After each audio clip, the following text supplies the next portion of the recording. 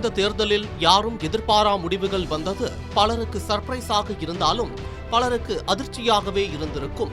இந்த விசித்திர முடிவுகள் தாவேகா தனி பெரும்பான்மை பெற்ற கட்சியாக வந்திருந்தும் அதன் தலைவரான விஜயால் முதல்வராக பதவியேற்பதில் சிக்கல் ஏற்பட்டுள்ளது. 108 இடங்களில் வென்று தனிபெரும் கட்சியாக உருவெடுத்திருக்கும் விஜயின் தமிழக வெற்றிக் கழகம் கோட்டையை எட்டி பிடிக்க இன்னும் 11 இடங்கள் தேவை. விஜய் ஒரு தொகுதியை ராஜினாமா செய்வார் என்பது குறிப்பிடத்தக்கது.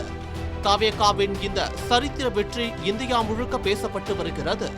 தாவேகா 108 தொகுதிகளையும், திமுக 73 தொகுதிகளையும், அதிமுக 53 தொகுதிகளை பெற்றுள்ளது. இதனால் 118 என்ற மந்திர எண்ணை தொட முடியாமல் விஜய் மற்ற கட்சிகளுடன் பேச்சுவார்த்தை நடத்தி வருகிறார்.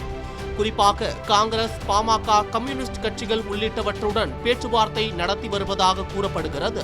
தனிப்பெரும் கட்சியாக 2வது இடத்தை திமுக பிடித்திருந்தாலும் அதன் தலைவர் ஸ்டாலினால் பிரதான எதிர்க்கட்சி தலைவராக அமர முடியவில்லை.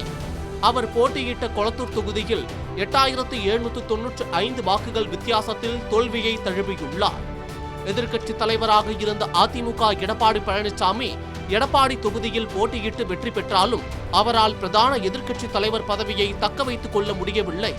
இப்படி விசித்திரமான முடிவுகளை தந்திருக்கும் இந்த தேர்தல் மக்கள் மத்தியில் அதிக கவனத்தை பெற்று வருகிறது. குறிப்பாக முன்னாள் முதல்வர் ஸ்டாலின் கொளத்தூர் தொகுதியில் தோல்வியடைந்தது திமுகவினரிடையே மட்டும் இல்லாமல் பல்வேறு தரப்பினர் மத்தியிலும் அதிர்ச்சியை ஏற்படுத்தியது. 2011ஆம் ஆண்டு கொளத்தூர் தொகுதி உருவாக்கப்பட்டதில் இருந்து மு.க. ஸ்டாலின் இங்கு தோல்வியையே சந்தித்ததில்லை. 2011இல் அதிமுகவின் சைதை துரைசாமியை எதிர்த்து போட்டியிட்ட போது கடினமான போட்டியில் வெற்றி பெற்றார். பின்னர் 2016 மற்றும் 2021 தேர்தல்களில் முறையே 37,000 மற்றும் 70,000 வாக்குகள் வித்தியாசத்தில் வெற்றி பெற்று அத்தொகுதியை தனது தனிப்பட்ட செல்வாக்கின் அடையாளமாக மாற்றியிருந்தார். ஆனால் இந்த முறை தாவேகாவின் எழுச்சி அவரது கோட்டையை தகர்த்துள்ளது என்பது குறிப்பிடத்தக்கது.